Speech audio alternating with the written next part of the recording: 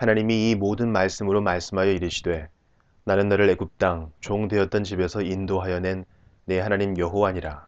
너는 나 외에는 다른 신들을 내게 두지 말라.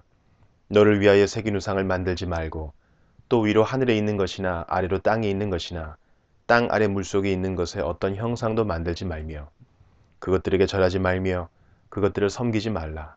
나 내 하나님 여호와는 질투하는 하나님인즉 나를 미워하는 자의 죄를 갚되 아버지로부터 아들에게로 3, 4대까지 이르게 하거니와 나를 사랑하고 내 계명을 지키는 자에게는 천대까지 은혜를 베푸느니라. 나는 내 하나님 여호와의 이름을 망령되게 부르지 말라. 여호와는 그의 이름을 망령되게 부르는 자를 죄 없다 하지 아니하리라. 안식일을 기억하여 거룩하게 지키라. 엿새 동안은 힘써 내 모든 일을 행할 것이나 일곱째 날은 내 하나님 여호와의 안식일인즉 너나 내 아들이나 내 딸이나 내 남종이나 내 여종이나 내 가축이나 내 문 안에 머무는 객이라도 아무 일도 하지 말라. 이는 엿새 동안에 나 여호와가 하늘과 땅과 바다와 그 가운데 모든 것을 만들고 일곱째 날에 쉬었습니다. 그러므로 나 여호와가 안식일을 복되게 하여 그날을 거룩하게 하였느니라. 내 부모를 공경하라. 그리하면 내 하나님 여호와가 내게 준 땅에서 내 생명이 길리라. 살인하지 말라. 간음하지 말라. 도둑질을 하지 말라. 내 이웃에 대하여 거짓 증거하지 말라. 내 이웃의 집을 탐내지 말라. 내 이웃의 아내나 그의 남종이나 그의 여종이나 그의 소나 그의 낙이나 무릇 내 이웃의 소유를 탐내지 말라.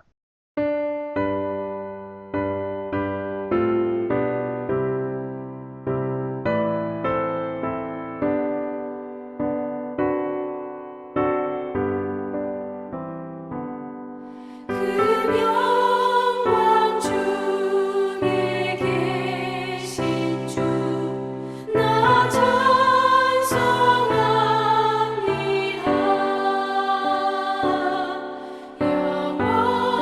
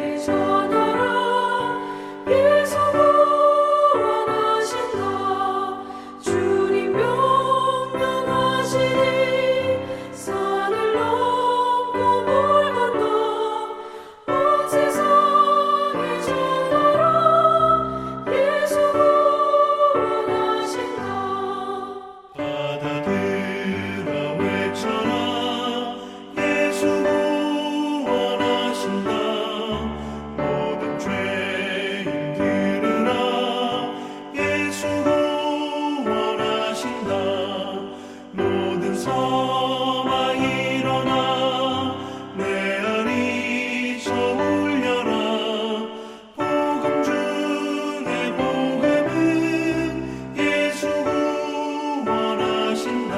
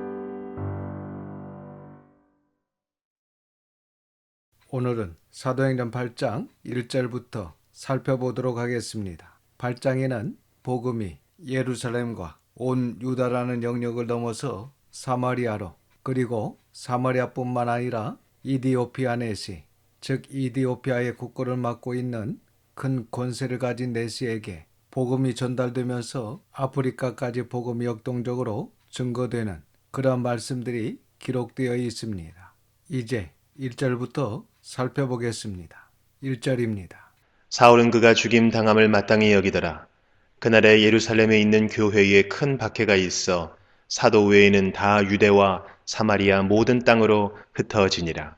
본문의 사울은 이후에 사도 바울이 됩니다. 그러니까 지금 7장에 스데반 집사님께서 복음을 증거하시다가 순교를 당하셨는데 그 자리에 사울이 함께 있었습니다. 그리고 사울은 그렇게 스데반 집사님이 돌에 맞아 죽임당함을 마땅히 여겼다는 것입니다. 하지만 스데반 집사님의 천사와 같은 얼굴과 부인할 수 없는 구약의 역사 설교, 그리고 돌에 맞아 죽어가면서도 주 예수님, 내 영혼을 받으시옵소서, 주님, 이 죄를 그들에게 돌리지 마옵소서 라고 하며 죽어갔던 스데반 집사님의 모습이 이후 사울의 마음속에 영원히 지워지지 않게 됩니다. 그래서 바울이 25년이 지난 이후에 이렇게 누가를 통해 그때의 사건과 그때의 설교를 생생하게 기억하고 기록한 것을 우리가 지금 살펴보고 있는 것입니다. 그리고 이때 사울이 스데반을 통해 큰 충격을 받았기 때문에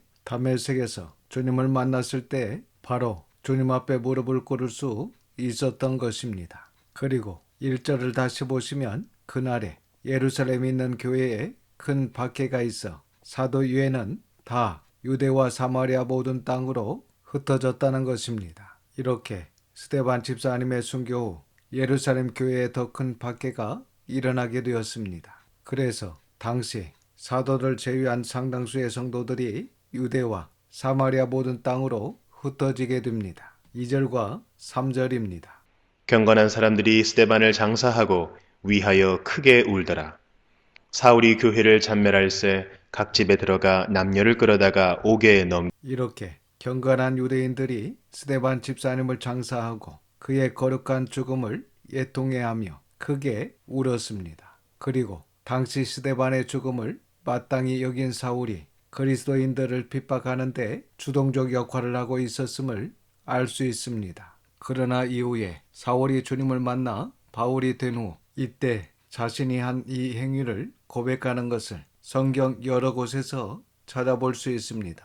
그 중에 고린도전서 15장 9절을 보시면 나는 사도 중에 가장 작은 자라 나는 하나님의 교회를 박해하였으므로 사도라 칭함 받기를 감당하지 못한 자니라고 합니다. 이렇게 자신의 행위로 인해 자기 자신을 사도 중에 가장 작은 자요 심지어 사도라 칭함 받는 것조차 감당하지 못할 자라고 고백합니다. 4절입니다. 그 흩어진 사람들이 두루 다니며 복음의 말씀을 전할세. 이렇게 핍박으로 인해 흩어졌던 성도들이 두려워 떨고만 있었던 것이 아니라 두루 다니며 복음의 말씀을 전했습니다. 이것이 초대교회의 능력입니다. 5절입니다. 빌립이 사마리아 성에 내려가 그리스도를 백성에게 전파하니. 본문에 이 빌립은 사도 빌립이 아니라 7 집사님 중 한 분입니다. 그러니까 빌립 집사님도 핍박을 피해 사마리아로 내려갔는데 거기서 복음을 전했다는 것입니다. 6절에서 8절입니다. 무리가 빌립의 말도 듣고 행하는 표적도 보고 한 마음으로 그가 하는 말을 따르더라.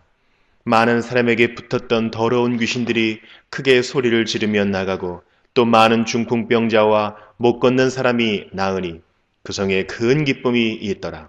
이렇게 빌립 집사님의 전도로 그들이 주님을 믿게 되고 악한 것들로부터 해방되어 그 사마리아 성에 큰 기쁨이 있게 된 것입니다. 그래서 우리도 어디를 가든지 그리스도를 전하여 그곳에 진정한 기쁨으로 충만하게 하는 믿음의 성도들이 다 되시기를 바랍니다. 9절과 10절입니다.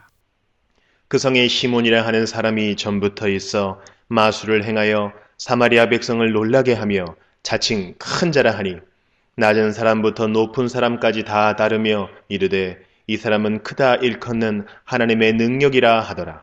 사마리아 성에 시몬이라는 마술사가 있었습니다. 당시 이 사람이 마술을 통해 병자를 고치거나 귀신을 쫓아내기도 하고 또한 점성술을 통해 예언을 했던 것으로 보입니다. 그래서 마술사 시몬은 스스로 자신을 큰 자라고 하며 또한 많은 사람들이 그를 따랐는데 중요한 것은 10절 하반절을 보시면 이것이 하나님의 능력이라고 믿었다는 것입니다. 그래서 우리도 조심해야 합니다. 하나님의 능력이라고 하면서 마귀의 일을 하는 자들을 경계해야 합니다. 11절에서 13절입니다.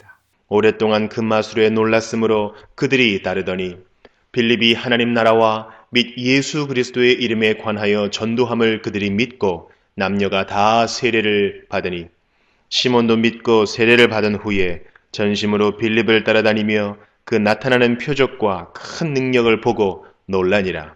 이렇게 빌립 집사님이 정확한 하나님의 나라와 예수 그리스도를 전했기 때문에 사마리아 성의 많은 사람들이 예수님을 믿고 세례를 받음으로써 마귀의 영향권에서 벗어나 기독교인이 될 수 있었습니다. 그리고 심지어 마술사 시몬조차도 예수님을 믿고 세례를 받은 후에 전심으로 빌립을 따르게 됩니다. 14절입니다.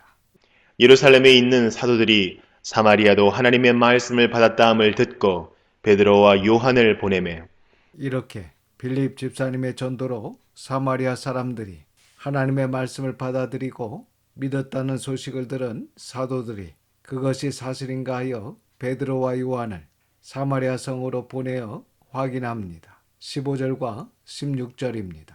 그들이 내려가서 그들을 위하여 성령 받기를 기도하니 이는 아직 한 사람에게도 성령 내리신 일이 없고 오직 주 예수의 이름으로 세례만 받을 뿐이더라. 여기서 우리가 주목해야 할 것이 있는데 바로 16절의 말씀입니다. 그러니까 앞에서 빌립 집사님의 전도로 그들에게서 귀신이 나가고 병자가 낫는 놀라운 일이 있었지만 아직 그들 중에 한 사람에게도 성령님께서 내리신 일이 없었다고 성경은 분명히 말씀하고 있습니다. 이 말씀은 성령님께서 능력으로 병을 고치시고 귀신을 쫓아내신 것일 뿐이지 아직 사마리아 성 각 사람에게 성령님이 임하신 것은 아니라는 것입니다. 그래서 오늘날 교회에서도 병이 고침받고 귀신이 쫓겨나가면 이건 분명히 성령님께서 임하신 증거이며 성령님께서 임하신 흔적이다. 이렇게 유도하는데 그렇지 않다는 것입니다. 오늘날 성도들이 생각하는 것보다 성령님은 훨씬 더 인격적이십니다. 그리고 성령님께서 임하심의 결정적인 증거는 삶의 변화와 성숙입니다. 즉 성령님의 열매가 있어야 한다는 것입니다. 그래서 사랑과 희락과 화평, 오래 참음, 자비와 양선, 충성과 온유와 절제 이것이 결정적인 성령님의 증거다 라고 성경은 분명히 말씀하고 있다는 것을 다시 한번 마음에 새기시기를 바랍니다. 17절입니다. 이에 두 사도가 그들에게 안수함에 성령을 받는지라. 사도행전을 보면 성령님이 임하시는 큰 장면이 4번 정도 나옵니다. 첫 번째는 사도행전 2장에 오순절 마가의 다락방에서 기도할 때 성령님께서 임하셨습니다. 그리고 두 번째는 오늘 본문인데 사도들이 안수할 때 성령님께서 임하셨습니다. 세 번째는 사도행전 10장을 보면 베드로가 고넬료 집에서 설교할 때, 즉 그들의 설교를 듣는 중에 성령님께서 임하셨습니다. 그리고 네 번째는 사도행전 19장에 사도 바울이 에베소에서 안수할 때 성령님께서 임하셨습니다. 이처럼 성경에서 기도할 때, 안수할 때, 그리고 설교를 들을 때 성령님께서 임하시는 것을 볼 수 있습니다. 여기서 우리가 주의해야 할 점은 안수를 통해서만 성령님을 받는다고 생각해서는 안 됩니다. 그리고 사도에게만 성령님을 내릴 수 있는 권한이 있다고 생각해서도 안 됩니다. 성령님은 우리가 인격적으로 예수님을 구조로 영접하고 성령님께서 내 속에 들어오셔서 내 삶을 주장해 주시기를 믿고 기도할 때 성령님께서 내 안에 내주하시며 하나님의 자녀로 성숙한 신앙인으로 살아가게 하십니다. 18절과 19절입니다. 시몬이 사도들의 안수로 성령 받는 것을 보고 돈을 들여 이르되 이 권능을 내게도 주어 누구든지 내가 안수하는 사람은 성령을 받게 하여 주소서 하니 아마도 앞에 13절에서 이 마술사 시몬이 믿고 세례를 받았지만 성령님을 받지 못했던 것 같습니다. 이것은 그가 확실한 믿음을 가지고 있지 않았음을 암시해 주는 것으로 보입니다. 그러니까 시몬이 믿고 세례를 받은 후 열심히 빌립을 따라다녔던 것은 빌립을 통해 역사하시는 성령님의 능력, 즉 표적과 권능을 보았기 때문이라는 것을 알 수 있습니다. 그리고 이 마술사 시몬은 돈을 주고 마술을 전수하듯이 성령님도 그렇게 전수할 수 있는 것으로 생각했던 것 같습니다. 그런데 오늘날도 이런 생각을 하는 사람들이 있다는 것입니다. 은사주의, 신사도주의를 하는 사람들이 임파테이션, 즉 성령님의 능력을 전이한다 라고 하면서 누구든지 내가 안수하는 사람은 성령님을 받게 한다 이렇게 주장하면서 사람들을 미혹하고 있습니다. 그러나 성경은 분명히 이러한 것들은 마귀적이라는 것을 말씀하고 있습니다. 20절에서 22절입니다.